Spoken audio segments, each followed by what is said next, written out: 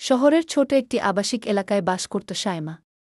কলেজের পড়াশোনা, বন্ধুর সঙ্গে আড্ডা আর সোশ্যাল মিডিয়ার ব্যস্ততায় তার জীবন কাটত। নামাজ বেশিরভাগ সময় মনে থাকত, কিন্তু ব্যস্ততার কারণে সে তা পেছনে ফেলে দিত।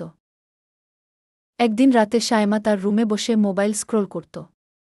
হঠাৎ তার ফোনে কল আসে। কলারের নাম দাদাগু। দাদা বললেন, সায়মা, তুমি কি আজ নামাজ আদায় করেছ?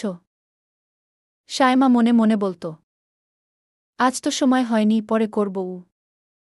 কিন্তু দাদা আরও বললেন, সায়মা, জীবন তো খুবই অস্থির।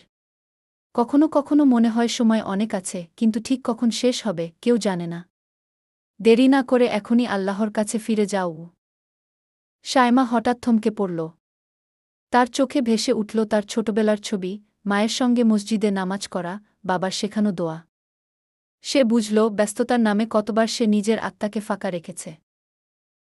সেদিন রাতেই সায়মা উঠে উহু করল এবং আল্লাহর কাছে সরল হৃদয়ে দোয়া করল। প্রথম ধাপে সে অনুভব করল মন শান্ত, শরীর হালকা।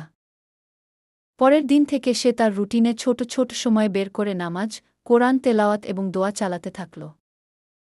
বন্ধুরা জিজ্ঞেস করলে সে হাসি মুখে বলল, ব্যস্ততা থাকলেও আল্লাহর সঙ্গে সংযোগ কখনো ভাঙা উচিত নয় গি। সায়মা বুঝল, আল্লাহর দোয়া ও নামাজি জীবনকে সত্যিকারের শান্তি দেয়।